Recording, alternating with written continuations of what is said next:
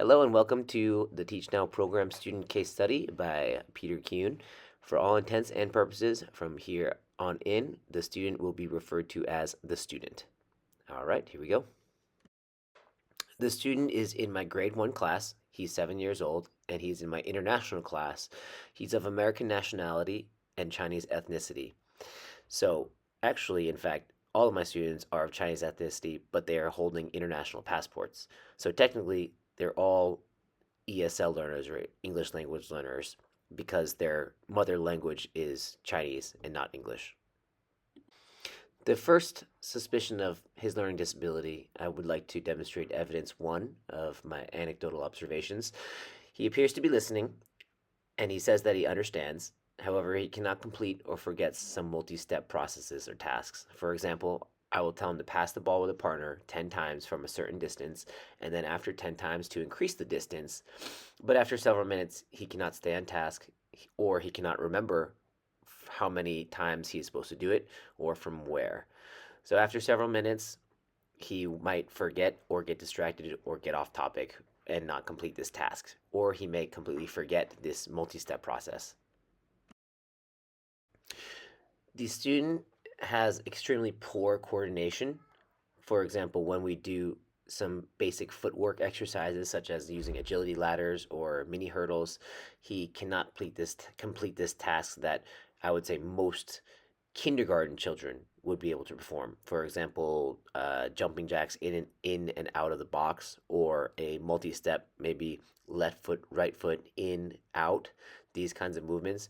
He would always he cannot place his feet in the correct order or in the correct location, and he seems to lose balance easily, and he is unable to do this at a fast rate, especially simple movements that most kindergarten children will be able to perform. So this is another anecdotal observation of my evidence that he may have some kind of learning disability. Another evidence I'd like to share is that he cannot follow very simple game rules.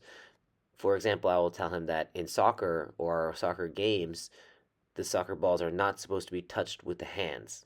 So he seems to understand this, and he says he understands, but then he will continue to touch the ball with his hands even less than 1 minute or 2 minutes after receiving these very, very explicit instructions. Do not touch the ball with his hands. So I have to remind him constantly of these simple game rules, and it has been a struggle over the last few weeks during our soccer unit that he continues to touch the ball with his hands. So this is one of another anecdotal observation and evidence that support my thesis and my suspicion of his learning disability. Some extra notes and remarks about the student. In China, learning disabilities are maybe shunned and almost shameful to admit that your child has some kind of disability. So, in this situation, it's difficult for any teacher in our school to approach the student's parents and say, "We may suspect that your child has a learning disability." So, in China, this culture is kind of shunned upon, and our school does not have any special education teachers or special needs specializations.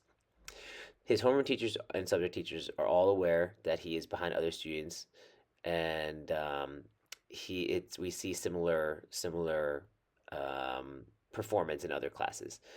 I'd like to say he is not naughty and he does not display any violence or any malintention towards other students. He's well behaved. He can line up. He can stay quiet when he needs to, when he's requested to.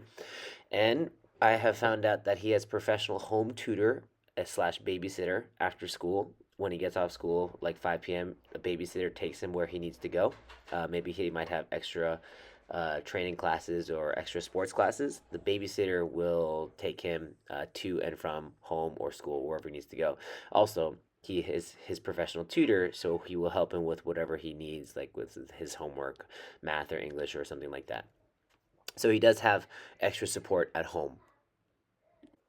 So during the course of this 25-26 school year, I have noticed some positive improvements. When I've conducted my own data collection and analysis, I found that the student demonstrates that he knows what a test is and that the reason for the test is to see students' progress and improvement. So I made that very clear to him because I give my own personal fitness test.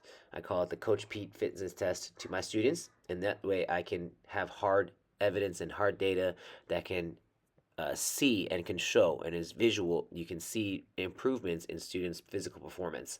And these areas include jump rope 1 minute, squat jumps 1 minute, burpees 1 minute, and 50-meter dash time for speed, for time. So in each of these areas, albeit very, very still poor performance, there is improvement in all of these fitness items. So these test items, I can see that the student is improving with each data collection.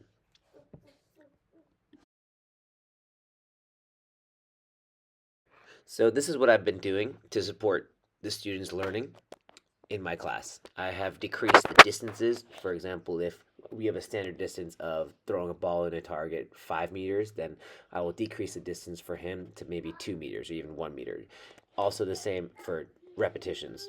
This way, we can give the student some kind of a sense of achievement that he has finished his work rather than making it seem impossible to do this work in class.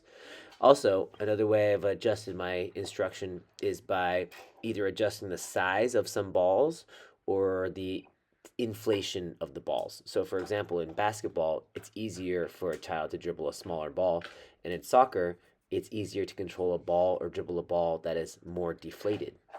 Or, for example, if we're doing hurdles or agility ladders, if there's a more advanced movement, I'll try to give the student as easy of movements as possible. Another way to adjust his instruction is give him a partner that is more advanced in a skill or whatever respective sport or whatever respective game we're playing. That will help him be led better, student led, and also we're going to give him more physical demonstration and maybe even add visuals like maybe a video. So if he cannot pay attention to me in class, maybe I'll have a video on my phone that I can show him what to do. So these are some ways that I'm currently supporting the student's learning. So in conclusion, I can't really go to his parents and say I suspect a learning disability. I don't want to. That's a whole nother can of worms to open.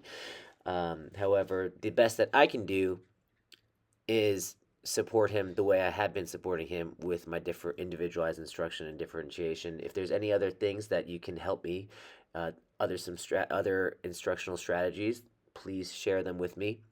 Other than that, all of the teachers and I, the subject teachers and I, are pretty much in the same boat. Other than that, I'd like to mention that he is a very well behaved student. He's not disruptive and he's not violent. It's just I wish that we could help him improve his performance, especially like physically, because his coordination skills are very, very lacking, but far behind other students. So, thank you very much, and I can't wait to hear your suggestions.